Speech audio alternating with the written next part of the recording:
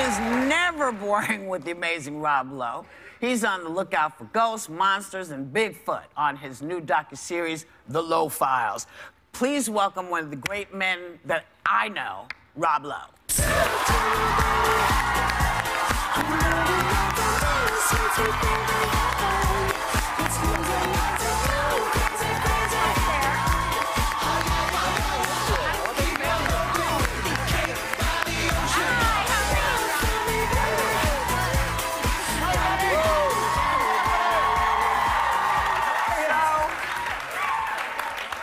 We were talking about Sean Spicer resigning as White House press secretary, and the Mooch has taken his place. Yes. And I'm hearing that Twitter really wants you to play the Mooch on SNL or anywhere. Yeah. I mean, Whoopi, as you know, being a veteran of many a political cause together, I stand ready to serve my country. And you think you'll do it in you're also doing a one-man show, which I think is fantastic, as you know. Listen, Whoopi made her whole career with your legendary And so show. do you think you'll incorporate things like that? I know it's partially the book, but also you doing you. It's real. I wrote these two books, and people like them, and I love doing them. Good. So instead, thank you. Stories I only tell my friends and love life. And instead of writing a third book, I decided to write a live show that I can take out and sort of interact with people who've been in my life. My audience has been in my life longer than any other person other than my parents. Yeah. Think about that. It's kind of amazing. Yeah. Well, you were a movie star from such a young age in movies like St. Elmo's Fire, The Outsiders, one of my favorites, Tommy Boy. Oh, well, Tommy Boy. Underrated cinematic excellence. Thank you. Oh, yes. But you then began making great TV. You've got West Wing, Parks and Rec, which you were hilarious in. Thank you. Code Black now. Yeah. So do you notice a difference in how the movie fans react to you and the TV fans react to you? Well, I remember back in the day, I was in St. Elmo's Fire, and that was like the #1 movie in the country. Thank you. And Michael J. Fox, another old friend of ours, and I were riding in a car together, and he was just coming out, but he was, you know, Michael J. Fox from Family, and we pulled up at a light, and people were losing their mind for Michael J. Fox. I'm like, wait a minute, I'm the movie star. What's going on here? And I find that television is so intimate. You're in people's homes. Yes. You know, they might be naked when they're watching. Possibly. They might. So it's so personal, the relationship, and there's something about the movies that seems much more untenable. So there's a little bit of a separation. Well, and there's a loyalty. They come back for each episode. They keep coming back. But if Aaron Sorkin were to write a new version of The West Wing with Sam Seaborn as president, I would do a new version of The West Wing with Sam Seaborn as janitor. Yeah. But I'd prefer president. I mean, it's got a ring to it. I'd prefer president. Well, did you see that ridiculous Michael Phelps versus the shark thing? I mean, Michael Phelps had a fin on him. Look, here's the thing.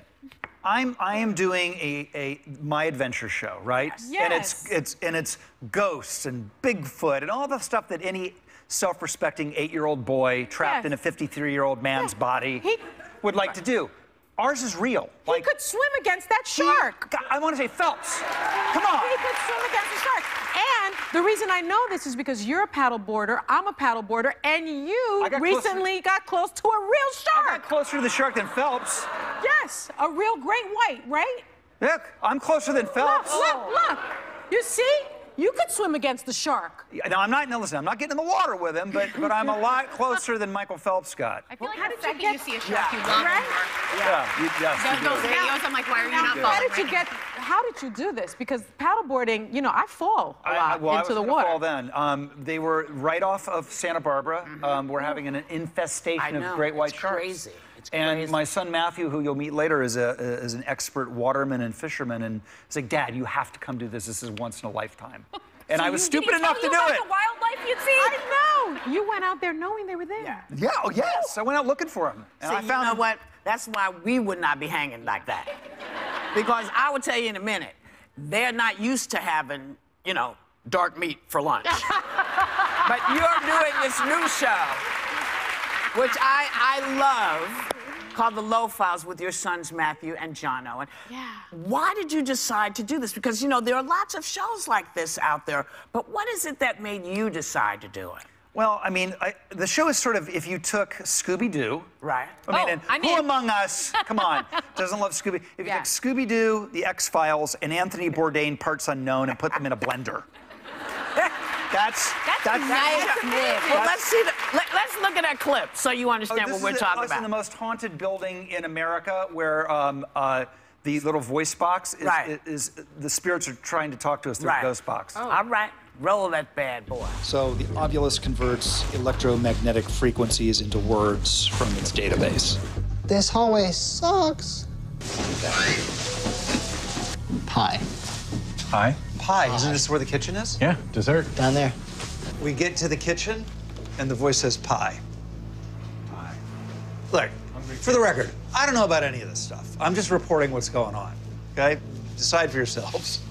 John Owen, to your theory that this is just a machine that is programmed every 30 seconds to say a word, Yes. how would it know to say pie when we get to the kitchen?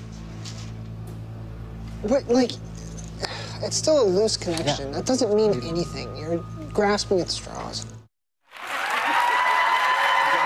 Please say hello to Rob's sons, Matthew and John Lowe. Johnny, your dad got you guys into all this spooky stuff when you were little, is what I understand. Since you were little kids, you've been looking for everything. I can remember when we were really young, we would go on... Oh, look at that picture. Oh, no. So cute. We would go on Sasquatch hunting trips, and there was no cameras back then. That was just us. And so he's always been into it. Yeah. I mean, you guys, like, remember, like, when you were kids and you go, like, hunt for snipe? And your parents would have you go and knock the... No, nobody knows that, right? No. Come on! Someone in this... Thank you. I'm not crazy. There's another one. And down here. Yes. So, I mean, you have to have that as a parent to, like, you know, bond with your kids and teach Did they and sleep scare them. well at night? That's how you end up with kids in your bed. By showing them this stuff. Yes. Yeah, so you think you ended up... Yeah, I had some trouble sleeping when I was younger. That's why I never put two and two together. Matthew, you were, in a later episode, you were looking for Bigfoot, but you met Bigfoot as a child, yes? Yeah, little did I know that when we were on our family trip that he would dress up and rent a Bigfoot costume. You did that? I wrote about it in the book, and it seemed like a good idea at the time. He scared our cousin so badly he's never gone back into the woods ever again. Who is this more fun for, the dad or the child? Well, the problem is I never tried the costume on until I used it. The eye holes were like way up here in the head, and I was staggering and like falling into campsites and be like, hey! And I thought I was going to be shot, but Matthew luckily came up and actually kicked me in the you-know-wheres and said, get out of here, you college student. I was a brave little kid, I guess. He's very brave. Matthew has no fear.